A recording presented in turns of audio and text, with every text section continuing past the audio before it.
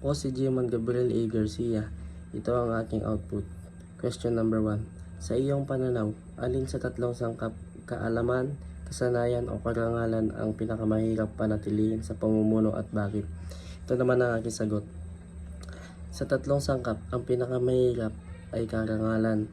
Ang kaalaman at kasanayan ay maaaring matutunan sa pagkikinig at pag-aaral. Ngunit ang karangalan naman ay nasusubok araw-araw sa bawat desisyon at aksyon ng isang tao. Madalas may tukso o pressure mula sa kapaligiran o ugnayan sa ibang tao. Kapag ang isang leader ay naharap sa gawaing hindi niya gusto, dito nasusukat kung gaano niya pahalagaan ang pamahalaan.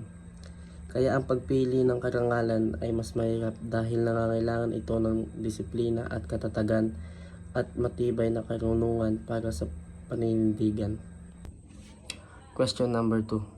Paano mo ipapakita ang pagiging epektibong leader kung sakaling ikaw ay maatasan sa isang responsibilidad na labas sa iyong kagustuhan o kakayahan? Bilang isang leader, mahalagang manatiling responsible at professional kahit ang tungkulin ay hindi tugma sa aking kakayahan o kagustuhan. Una, ipapakita ko ang pagiging malakas at ibabahagi ko sa kanila ang aking natutunan. At ituturo ko kung paano humarap sa isang gawaing hindi tugma sa kakayahan o kagustuhan. Mahalaga rin ang pagiging flexible para sa pagharap sa mga hamon. Tatanggapin ko ito bilang oportunidad upang mas mapalawak ang aking kakayahan. Question number 3. Kung ikaw ay nasa sitwasyon na kailangan pumili sa pagitan ng pakikisama at paggawa ng tama, paano mo ito harapin bilang isang criminologist? Ito ang aking sagot.